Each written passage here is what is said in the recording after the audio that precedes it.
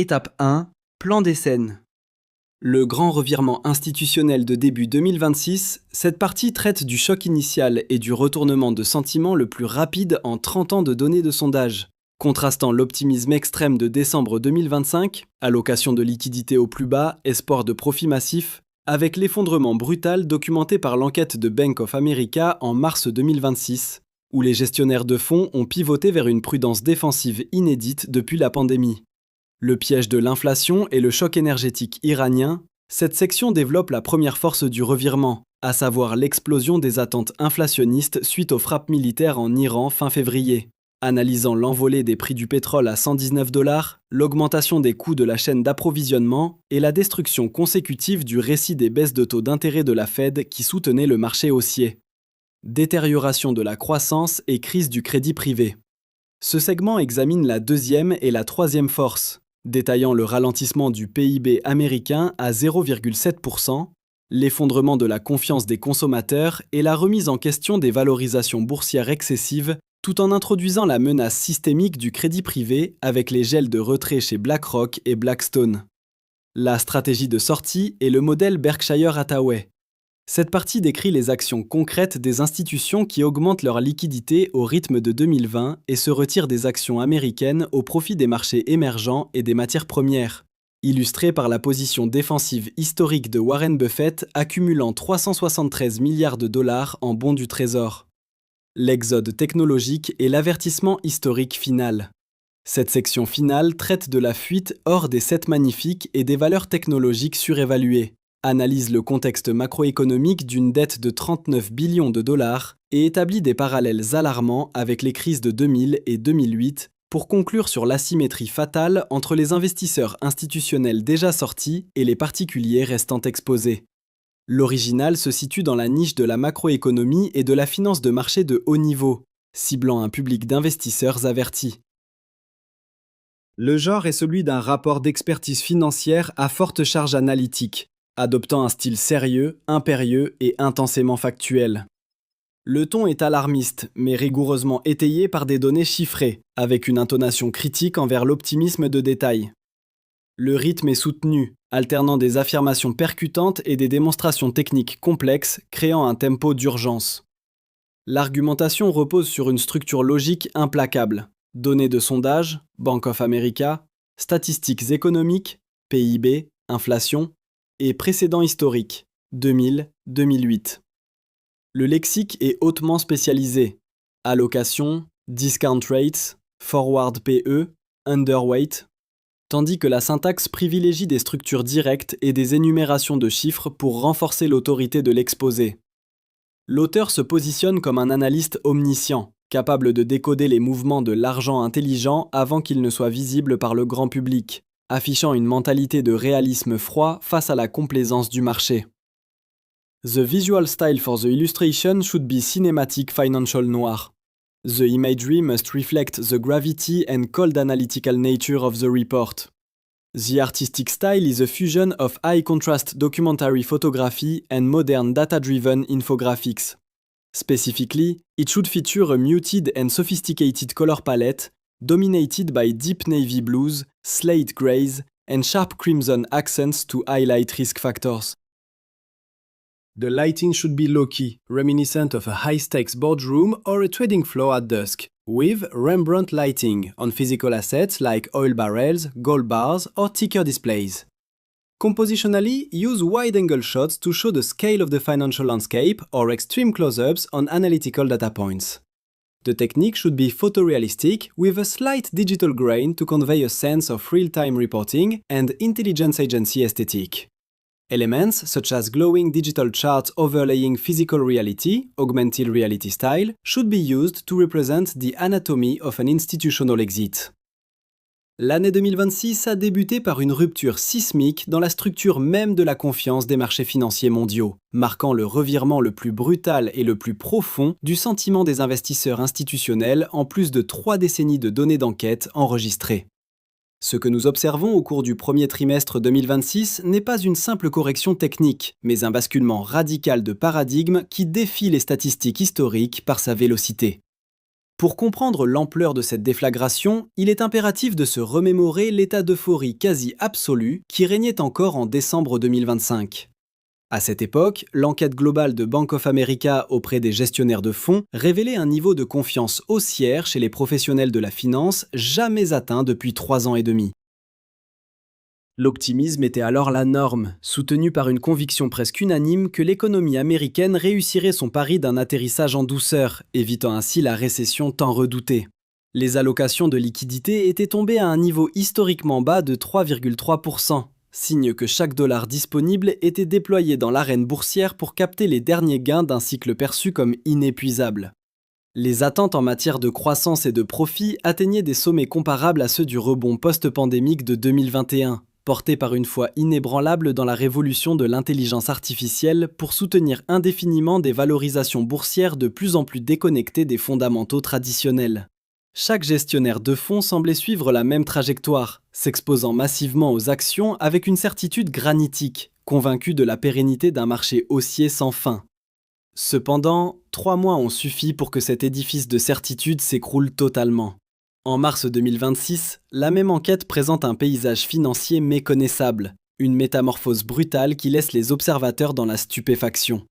Le sentiment général a plongé à son plus bas niveau depuis 6 mois, mais c'est la rapidité de la chute qui est historique. L'optimisme quant à la croissance mondiale s'est littéralement effondré, passant d'un net 39% à seulement 7% en un trimestre, ce qui constitue le déclin mensuel le plus important jamais enregistré dans l'histoire de ce sondage. Simultanément, les craintes liées à l'inflation ont explosé, les attentes grimpant de 9% à 45%. Ce choc inflationniste a provoqué une réaction immédiate sur les réserves de liquidités, qui ont bondi de leur plancher historique de 3,2% en janvier à 4,3% en mars. Cette augmentation mensuelle est la plus forte constatée depuis le krach déclenché par la pandémie de Covid-19 en 2020. Le narratif des baisses de taux, qui constituait le moteur principal de la hausse des marchés, s'est évaporé. Les attentes de réduction de taux sont passées de 46% à seulement 17%. Plus alarmant encore, l'exposition aux actions américaines a basculé vers une sous-pondération nette de 17%. Signifiant que ceux qui gèrent les capitaux les plus importants à l'échelle planétaire réduisent activement leur exposition aux actifs américains à une vitesse supérieure à celle observée lors de l'effondrement de 2020. Il est crucial de comprendre la nature de ce mouvement pour ne pas commettre l'erreur de le confondre avec une simple réaction émotionnelle. Ce n'est pas ici une panique d'investisseurs particuliers, ni une peur irrationnelle alimentée par les réseaux sociaux ou les gros titres sensationnalistes. Ce que les données de mars 2026 nous révèlent est un comportement institutionnel documenté, vérifié par des enquêtes rigoureuses auprès de 210 gestionnaires de fonds supervisant un total colossal de 589 milliards de dollars. Ce sont les acteurs qui déplacent réellement les marchés, ceux dont le métier consiste à anticiper les courants profonds de l'économie, qui viennent d'exécuter le renversement de sentiments le plus rapide jamais consigné par Bank of America. L'ampleur des capitaux en mouvement indique une rotation structurelle majeure, déjà largement entamée, voire complétée par l'argent le plus averti du monde. Ne pas saisir les causes de ce revirement, ne pas en analyser les implications ou échouer à repositionner son propre portefeuille en conséquence, revient à se placer sciemment du mauvais côté d'une faille tectonique financière. Nous assistons en temps réel, en ces premières semaines d'avril 2026, à l'anatomie d'une sortie institutionnelle massive. Les forces qui ont déclenché cette retraite stratégique ne sont pas éphémères. Elles redéfinissent les règles de l'investissement pour les trimestres à venir. Ignorer ce signal institutionnel, alors que les chiffres prouvent que la direction a déjà changé, constitue le risque le plus important pour tout détenteur d'actifs dans l'environnement actuel. L'analyse des causes de ce revirement spectaculaire révèle une première force motrice d'une puissance dévastatrice, le piège de l'inflation. En décembre 2025, la complaisance était telle que seulement 9% des gestionnaires de fonds anticipaient une hausse de l'inflation pour l'année à venir. En l'espace de 90 jours, ce chiffre a été multiplié par 5 pour atteindre 45% en mars, marquant une explosion de la crainte inflationniste sans précédent dans l'histoire récente des marchés. Le catalyseur de ce séisme a été l'entrée en guerre contre l'Iran. Lorsque les États-Unis ont lancé des frappes militaires à la fin du mois de février, les cours du pétrole ont immédiatement bondi pour dépasser le seuil critique des $119 le baril. Bien que les prix se soient par la suite stabilisés autour de 88 $ à la suite des assurances présidentielles, le mal structurel était déjà profondément enraciné. Les coûts énergétiques s'étaient déjà infiltrés dans l'intégralité de la chaîne d'approvisionnement mondiale. Le prix du diesel a grimpé en flèche, renchérissant le coût de chaque marchandise transportée par camion, tandis que l'assurance maritime pour le détroit d'Ormuz était réévaluée à des niveaux prohibitifs, destinés à rester élevés indépendamment de l'issue militaire du conflit. Les données de la Réserve fédérale de New York ont confirmé cette dégradation brutale, montrant que les attentes d'inflation à 1 an pour les consommateurs sont passées de 3,1% à 4,2% en un seul mois, soit la plus forte augmentation depuis la crise logistique post-pandémique. Cette résurgence de l'inflation a une conséquence immédiate et implacable. Elle paralyse la Réserve fédérale. Les gestionnaires de fonds ont instantanément compris que la Banque centrale ne pourrait pas réduire les taux d'intérêt pour soutenir l'économie si les prix continuaient de dériver. En décembre, 46% des professionnels s'attendaient à des baisses de taux imminentes. En mars, il n'était plus que 17%. Le récit d'un assouplissement monétaire qui constituait le socle même du marché haussier s'est évaporé en un seul trimestre. Pour saisir l'impact de ce changement sur les marchés boursiers, il faut comprendre la relation mécanique rigide entre les attentes de taux et la valorisation des actions. Lorsque les investisseurs anticipent une baisse des taux, ils utilisent des taux d'actualisation plus faibles pour calculer la valeur présente des bénéfices futurs des entreprises. Ces taux plus bas justifient mathématiquement des multiples cours/bénéfices plus élevés, permettant ainsi de payer 30, 40 ou 50 fois les bénéfices pour une société de croissance. A l'inverse, lorsque les attentes de baisse de taux s'effondrent, ce calcul s'inverse brutalement. Les bénéfices futurs sont actualisés à des taux plus élevés, ce qui réduit leur valeur actuelle et comprime les multiples de valorisation. En conséquence, les actions qui avaient le plus progressé grâce à l'optimisme des taux bas sont précisément celles qui chutent le plus lourdement lorsque cet optimisme disparaît. La fondation mathématique qui soutenait le niveau de prix des actions a été silencieusement démolie. Le conflit iranien a aggravé cette situation par des mécanismes qui dépassent largement le simple choc pétrolier initial. L'asymétrie fondamentale des chocs énergétiques, le fait que les prix montent comme une fusée mais redescendent comme une plume, signifie que les dommages inflationnistes persisteront tout au long des deuxième et troisième trimestres de 2026, même si les prix du brut revenaient instantanément à leur niveau d'avant-guerre. Les réductions de production déjà mises en œuvre par le Koweït, l'Irak et les États du Golfe prendront des semaines avant d'être annulées, même dans le meilleur des scénarios. Parallèlement, le Pentagone a affirmé que les opérations militaires se poursuivraient jusqu'à une défaite totale, tandis que les gardiens de la révolution iraniens ont déclaré être prêts pour une confrontation de 6 mois. Cette prime de risque structurel intégrée au prix de l'énergie ne va pas s'évanouir sur un simple coup de téléphone diplomatique. L'inflation n'est plus une menace théorique, c'est une réalité ancrée qui dicte désormais les mouvements de capitaux institutionnels. Les investisseurs les plus avertis ont déjà intégré le fait que nous sommes entrés dans une période d'inflation persistante et de conditions financières de plus en plus serrées, une réalité qui invalide les stratégies d'investissement basées sur l'argent facile des dernières années. Le piège s'est refermé, et les gestionnaires de fonds réorientent leur portefeuille pour survivre à cet environnement où la croissance ralentit alors que les coûts de production et de financement ne cessent d'augmenter. La deuxième force majeure venant cimenter ce revirement institutionnel est l'effondrement des perspectives de croissance, une réalité que les données macroéconomiques ont fini par rendre incontestable. En décembre 2025, un solde net de 18% des gestionnaires de fonds anticipait encore une accélération de la croissance mondiale. Ce chiffre s'est érodé pour n'atteindre que 7% en mars. Cette dégradation n'est pas une simple fluctuation statistique. Elle s'appuie sur une détérioration rapide de l'économie réelle que les marchés financiers ne peuvent plus ignorer. Le produit intérieur brut, PIB, des États-Unis pour le 4e trimestre est ressorti à un taux annualisé de seulement 0,7%, soit moins de la moitié des estimations précédentes et une chute vertigineuse par rapport à la moyenne de 3% enregistrée en 2023. Parallèlement, les indicateurs de confiance des consommateurs ont viré au rouge vif. L'indice du sentiment des consommateurs de l'Université du Michigan est tombé à 53,3 en mars, un niveau historiquement associé aux périodes de récession profonde. Si le chiffre global affiché par le Conference Board a semblé résister à 91,8, sa composante relative aux attentes futures a plongé à 70,9. Les consommateurs signalent désormais un arrêt massif de leurs dépenses discrétionnaires, passant d'une attitude d'achat active à un refus marqué. Plus alarmant encore, près de 40% des Américains interrogés par YouGov expriment désormais la conviction qu'un effondrement économique est imminent. Les gestionnaires de fonds, ayant accès à des données de flux en temps réel, ont été les premiers à pivoter, comprenant que l'économie réelle décélère à un rythme que les gains boursiers ne peuvent plus masquer. Cette érosion de la croissance s'accompagne d'un choc de réalité brutal sur les valorisations boursières, marquant la troisième force de ce basculement. Après avoir franchi brièvement le cap des 7000 points en janvier 2026, l'indice S&P 500 a reculé pour s'établir autour de 6582 points début avril, une baisse de 6% qui cache une fragilité interne bien plus profonde. La performance du Nasdaq est encore plus préoccupante, tandis que l'étendue du marché, le nombre d'actions participant réellement à la hausse, s'est détérioré à un point jugé alarmant par les institutions. Les 7 magnifiques, ces géants technologiques qui ont généré l'essentiel des rendements ces dernières années, voient leur élan s'essouffler dramatiquement. Des titres phares comme Apple et Tesla se négocient désormais à plus de 15% en dessous de leur record historique.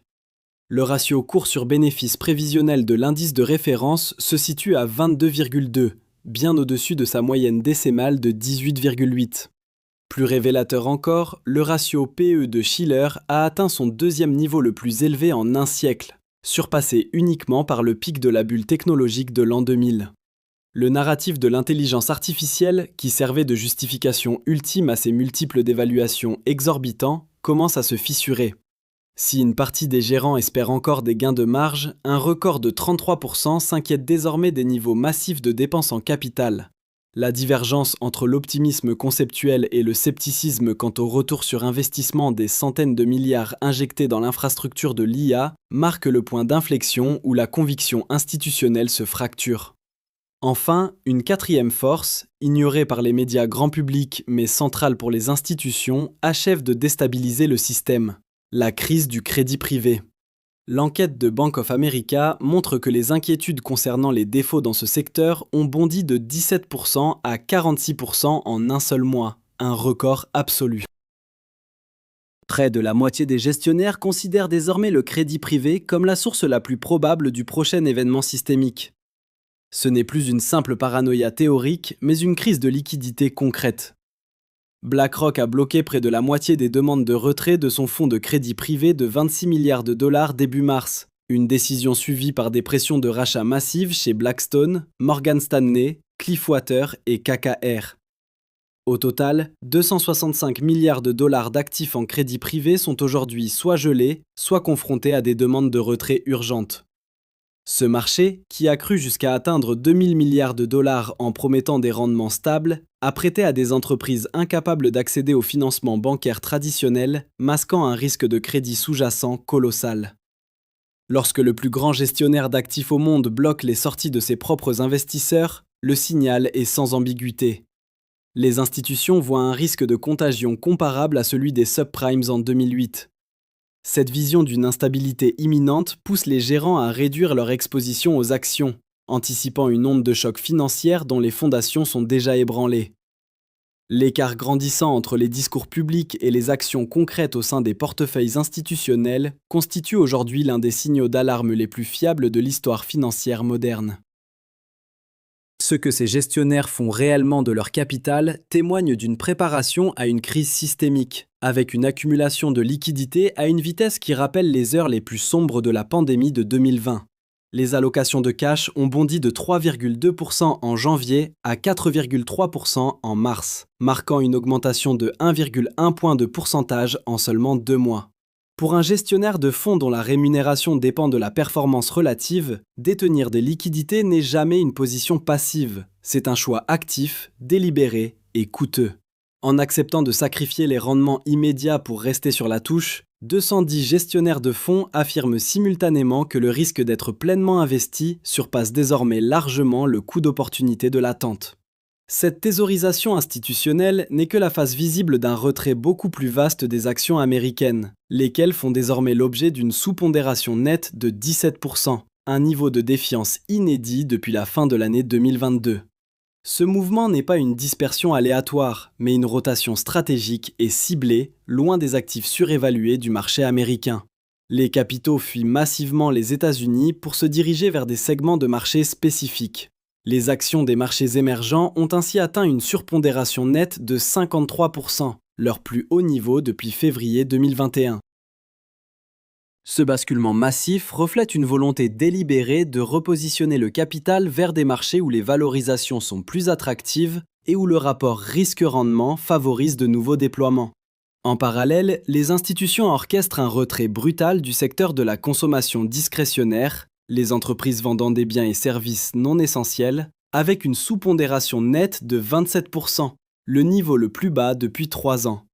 Par cette décision, les portefeuilles institutionnels intègrent par anticipation un craquement inévitable du consommateur américain, dont le ralentissement des dépenses impactera directement les bénéfices futurs. Pour compenser ce risque, les gestionnaires maintiennent des allocations records dans les matières premières.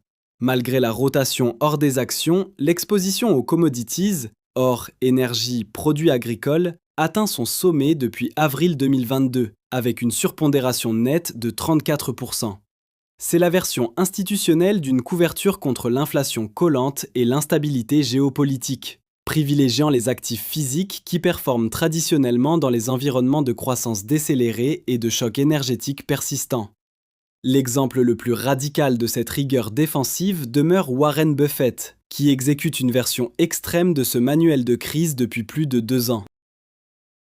Entre 2022 et 2025, Berkshire Hathaway a vendu pour 172,93 milliards de dollars d'actions nettes sur 12 trimestres consécutifs de ventes nettes. Sa position de trésorerie a atteint le montant colossal de 373 milliards de dollars, investis majoritairement dans des bons du Trésor américain à court terme. Buffett a réduit de plus de moitié sa participation dans Apple, une entreprise qu'il a pourtant qualifiée publiquement de l'une des meilleures au monde, tout en allégeant ses positions dans Bank of America ou en sortant totalement de certaines lignes. Les résultats de cette prudence parlent d'eux-mêmes. Au début d'avril 2026, alors que l'indice S&P 500 affiche une baisse d'environ 11% depuis le début de l'année, l'action Berkshire Hathaway progresse de 12%. Ce spread de performance de 23 points de pourcentage valide la stratégie de l'investisseur qui a su quitter le navire à temps. Avec 373 milliards de dollars en bons du Trésor, Buffett perçoit désormais environ 13 milliards de dollars par an en intérêts sans risque, étant littéralement payé pour attendre que le marché trouve son plancher. Le fait que son successeur, Greg Abel, n'ait initié les premiers rachats d'actions Berkshire que lors de la correction actuelle, confirme que la holding considère l'environnement présent comme exigeant une posture défensive rigoureuse, ne laissant place qu'à un opportunisme sélectif en cas de faiblesse extrême des cours. Cette gestion disciplinée de l'argent intelligent trace la voie que les institutions suivent désormais massivement, abandonnant la spéculation pour la préservation du capital. Le motif de l'exode institutionnel devient d'une clarté limpide dès lors que l'on observe la fuite massive hors des secteurs technologiques ultra concentrés. En décembre, l'exposition aux 7 magnifiques était identifiée comme la transaction la plus encombrée du marché par 54% des gestionnaires. Un terme technique signifiant que tout le monde se trouvait du même côté de la barrière. Dans une telle configuration, il n'existe plus d'acheteurs marginaux. La seule direction possible est la baisse, car le seul flux restant est la vente. Cette vente a désormais commencé, avec une réduction documentée de l'exposition aux géants de l'intelligence artificielle dès le 4e trimestre 2025. La rotation observée début 2026 marque un passage brutal de la spéculation numérique vers la production physique, les secteurs industriels et énergétiques surperformant désormais largement la technologie et les services de communication. Cette transition n'est pas une simple théorie débattue dans les cercles académiques, mais un flux de capitaux concrets exécuté par les plus grands investisseurs mondiaux qui abandonnent l'illusion que les baisses de taux viendront sauver le marché. En août 2025, 78% des gestionnaires espéraient des taux plus bas. Ils ne sont plus que 17% en mars 2026. Cet effondrement des attentes est dévastateur pour les actions de croissance surévaluées, car leurs valorisations dépendent de taux d'actualisation faibles. Dans un monde où les taux stagnent entre 3,5% et 3,75%, alors que l'inflation perçue par les consommateurs atteint 4,2%, les multiples de valorisation se compressent violemment, effaçant des années de gains en quelques semaines seulement. Le déclin du sentiment ne s'arrête pas là. L'indicateur de sentiment composite de Bank of America a chuté de 8,2 à 5,6 en un seul mois, signalant la fin de l'euphorie. Pourtant, les indicateurs de positionnement montrent que nous n'avons pas encore atteint les niveaux de pessimisme extrême qui caractérisent historiquement les points bas du marché. Cela signifie que la vente n'est pas terminée. Les institutions sont au milieu de leur sortie, et non à la fin. Historiquement, la phase la plus dangereuse d'un déclin n'est pas la capitulation finale, mais la période intermédiaire où les investisseurs particuliers achètent les baisses parce que les prix semblent moins chers, tandis que les institutions continuent de vendre parce qu'elles savent que les fondamentaux se détériorent plus vite que l'ajustement des prix. Ce signal de vente est confirmé par les initiés, PDG et directeurs financiers, qui accélèrent leurs ventes personnelles dans les secteurs de l'IA et de la haute croissance. Lorsque ceux qui connaissent la santé réelle des entreprises et ceux qui gèrent les capitaux mondiaux se dirigent simultanément vers la sortie, le signal baissier atteint une puissance de confirmation absolue. Le décor macroéconomique n'offre d'ailleurs aucun réconfort, avec une dette nationale américaine franchissant les 39 billions de dollars et des intérêts annuels dépassant le billion. Le président de la Fed, Jerome Powell, a lui-même reconnu que la trajectoire budgétaire ne finirait pas bien sans une intervention rapide, alors que le bilan de la Fed continue d'être réduit, asséchant la liquidité du système financier et accentuant la pression à la baisse sur les actifs. Cette convergence de stress budgétaire, de resserrement monétaire et de conflits géopolitiques crée un environnement propice à des déclins durables et non à des reprises rapides. Contrairement à 2020, la Fed ne dispose plus des outils pour injecter des milliers de milliards ou ramener les taux à zéro sans alimenter une inflation déjà hors de contrôle. Le schéma historique est immuable et se répète avec une précision inconfortable. En 2000, l'optimisme technologique extrême avait conduit à un krach où le Nasdaq a perdu 78% de sa valeur, mettant 15 ans à s'en remettre. En 2008, l'aveuglement face à la crise immobilière a mené à une chute de 57% du S&P 500. À chaque fois, les institutions qui ont détecté le signal de sortie ont préservé leur capital, tandis que les particuliers qui ont ignoré les avertissements ont absorbé les pertes. Les données ne mentent pas et n'ont pas d'agenda. Elles enregistrent simplement ce que 210 gestionnaires, déplaçant 589 milliards de dollars, font réellement. En avril 2026, l'argent intelligent est déjà sorti. L'asymétrie tragique réside dans le fait que la plupart des investisseurs ne découvriront ce repositionnement que trop tard, à la lecture de leur relevé trimestriel, une fois que les dommages seront devenus permanents.